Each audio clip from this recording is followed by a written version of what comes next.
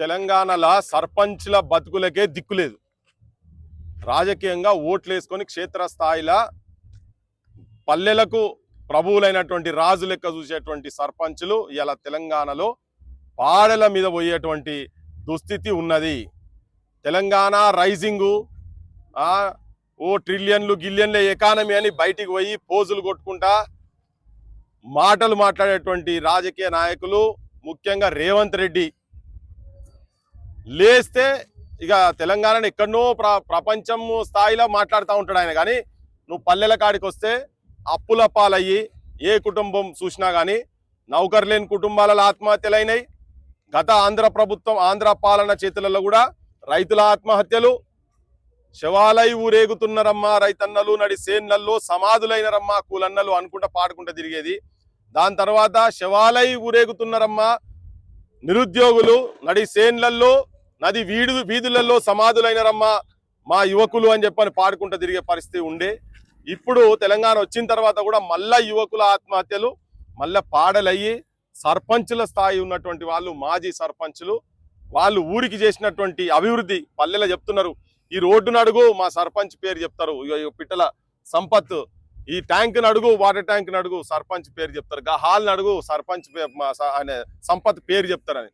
ఇలా ఆ సంపత్ ఇంకా ఒక 40-50 ఏళ్ళు బతకాల్సిన వ్యక్తి బిడ్డ పెళ్లి చేయలే, కొడుకు పెళ్లి చేయలే, వాళ్ళని అనాథలుగా చేసి చచ్చిపోయేటువంటి దుస్థితి తెలంగాణలో ఉన్నది. దీనికి ఏకైక కారణం తెలంగాణ రాజకీయ వ్యవస్థ. అందరు కలిసి ఇంట్లో ఆపోజిషన్ వాళ్ళు కూడా వీళ్ళు బిల్లులు రావాలని నిజాయితీ కొట్లాడతలేరు.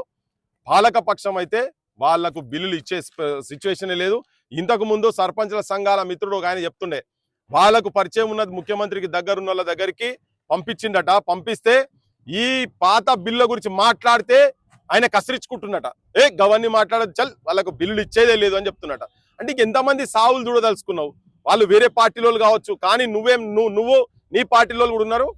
నువ్వు ధర్నాలకు వచ్చి వాళ్ళ దగ్గరికి వచ్చి నువ్వే చెప్పినావు, బరాబర్ నేను ఇస్తా, మంత్రులకు వాళ్ళు ఎక్కడ కనబడితే తిరగబడండి, చెప్పులు మెడకేయండి, ధర్నాలు చేయండి, వాళ్ళని రాస్తారోక చేయండి అని చెప్పి నువ్వు చెప్పినావు. ఎగేసినావు, ఎన్నుకుండి ఎగేసినావు, ముంగడుకుండి ఎగేసినావు. ఇలా వాళ్ళు ఎగేయలేని పరిస్థితుల్లో ఆఖరికి వాళ్ళు శవాలై ఊరేగే కాడికి వచ్చింది వాళ్ళ దుస్థితి. ఇది చాలా దుర్మార్గం.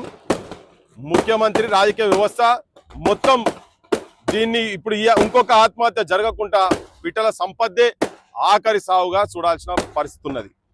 దీని మీద ఇప్పుడే ఒక చిన్న రెండు లైన్లు అనగానే జనాలకు ఏముంటుంది అంటే, వీళ్ళేంది మంచిగా కద్దరు బట్టలు వేసి తిరుగుతూ అంటారు, తెల్లంగిల బట్టలు వీళ్ళంతా, వీళ్ళకి ఏందని అనుకుంటారు.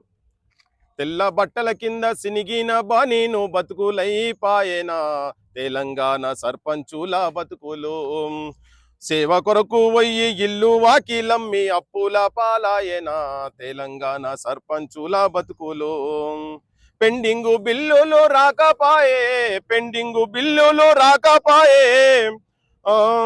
కుదువ పెట్టిన సొమ్ము వేలమాయే అప్పులోళ్ళంతా వానింటి చుట్టూ వానాలోచనంతా సావు చుట్టూ, తెల్లబానీను కింద సినిగిన బతుకుల